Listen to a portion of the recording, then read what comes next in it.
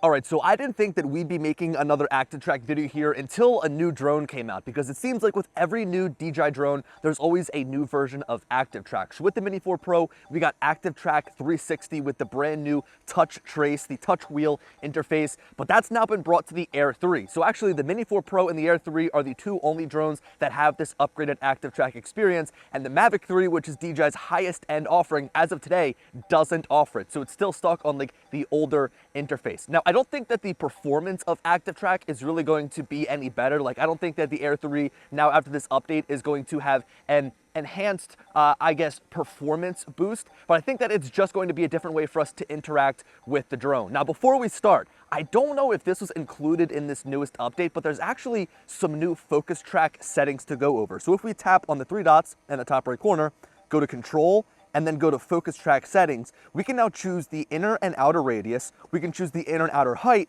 and then we can also choose the camera motion and near ground flight. So these are new settings that I actually just found today when I booted up the Air 3 for the first time. So for this video, what I want to do is keep everything fairly stock, the inner and outer radius, the inner and outer height. I also want to keep the camera motion on normal, but I think that for near ground flight, I'm going to turn that on. So now the drone will be comfortable flying lower to the ground. Now the reason that this is a feature is so that if you're going to be flying near people, the drone will stay up above their heads and not run into them. But with this turned off, because I'm basically the only person out here, it's going to be able to fly lower and continue to track me, giving it better performance. Okay, so let's go ahead. We will drag a box over ourselves. We'll go ahead and tap on ActiveTrack. We'll tap on Trace, hit go, and now it's going to be following us. Now we also have a brand new auto mode where the drone is actually going to automatically choose the moves that it makes to follow us. So that should be pretty interesting. We'll definitely give that a try, but as of right now, we're gonna go on our normal route through the golf course. I always mention this when doing an ActiveTrack video, that this is a really good test bed for this drone, but we're in the fall. So you look at the trees and there's going to be some thin branches and whatnot, and that's something to look out for because like the drone can see obstacles really well. It has omnidirectional obstacle avoidance, but those tiny little branches can definitely trip the drone up if you aren't careful. And that's why I always say to be careful with what you're going to be doing with ActiveTrack. It's not completely flawless, but it does do a pretty damn good job. Now we're riding the one wheel pint here today, and while we're out here, now that we're in the open, let's give this new touch wheel interface a try. So from here, it's following me close from behind. I can now tell it to go further and in front. So now it's going to spin around to the right and it's going to move further away from me because I put it on the outer radius. So now it's going to make that move. It's flying further away from me and of course is now moving to the area that I want it to go. Now let me just tell you right off of the bat that using this brand new interface and this brand new system with the Air 3 feels so much more comfortable than using it with the Mini 4. Like, so it made that move from behind me. I'm gonna switch this to follows from the right. It made that move to follow me from the back to the front and also change its altitude really smoothly. The issue with the Mini 4, there's some trees there. What's it gonna do? Oh man. That got very close to the trees. It was just kind of anticipating my movement here, and now it's gonna follow us over to the right. So with the Mini 4, I just noticed that because it's a smaller drone, it can sometimes become a little bit difficult to make these movements from, say, behind a subject. One sec. I've got a tight area here. I'm gonna try to, oh, I think it touched the branch. Oh, all right, let's see. I think we actually may have just gotten saved here. I didn't see it clip the branch, but look, this is a really tough environment right here for it because we have these low-hanging trees, we have the thin branches. I didn't exactly see the screen, so I'll have to go and look at kind of a playback, but this is a scenario where I'd want it to fly low to the ground and follow me. I've got that near ground flight turned on, so I kind of wish it was doing that. So go ahead, we'll track ourselves, hit ActiveTrack, trace is turned on, we'll go ahead and now it is following us again. So I have the near ground flight turned on. I'm surprised that it wouldn't fly lower to the ground in order to keep up with me. All right, so I was discussing Mini 4 Pro, Air 3. The Air 3 is just such a more powerful drone than the Mini 4 Pro, right? So when it's here behind me right now, see, it's flying up higher and I kind of wanted it to fly lower to the ground. Now it's flying lower. I guess maybe its default is to fly up high, and then if it needs to, it'll make an adjustment and fly lower to the ground. So I keep getting sidetracked here. My thing when it comes to Mini 4 versus Air 3, or really just these larger drones in general, is that it's a lot easier for the Air 3 to make moves because it's a more powerful drone. So when I'm traveling, let's say at 13 miles an hour or whatever the speed of my one wheel is here, it's able to make that adjustment from being behind me to getting in front of me much more swiftly just because it's a more powerful drone. The Mini 4, I noticed, would struggle sometimes, even at these speeds, trying to analyze the area, trying to find any obstacles in the way, and then also make its way up and around me. So really, the ActiveTrack experience on the larger drones is far better, just because of the overall power. Also, I have to say, it is like blistering cold out here.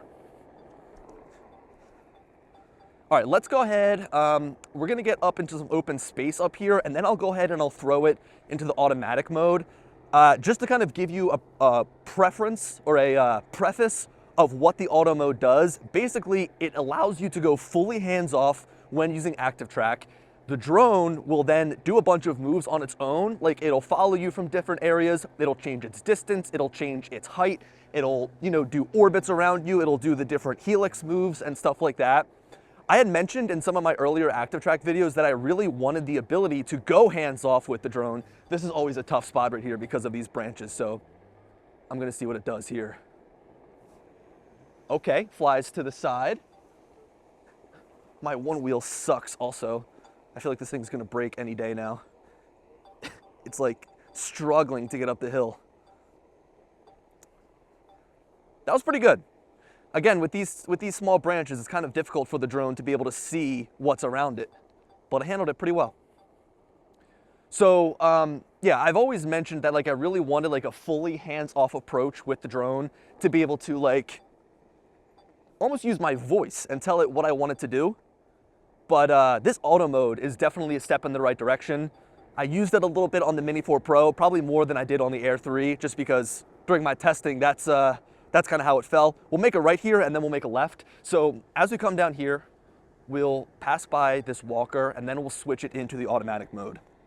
So what's actually cool is we don't even need to break the different modes that we have here. How are you? So from here, we can just actually go and press on auto. And now it's going to switch over to auto, which is cool. So we didn't have to break the ActiveTrack in order for it to change. Now look up at the top, it says follow. That's gonna be kind of like our guide, and it's gonna tell us what the drone is doing. So right now, it just said follow because it's following us. Now it's gonna, oh, there goes the air. See, this is the issue. See, it's not gonna stop, and it's just gonna fall and tumble and hang from the tree. So here's the issue with auto, is I didn't want it to do that. I wanted it to just continue to follow me from behind. And it went and thought that it should go and make a right-hand turn.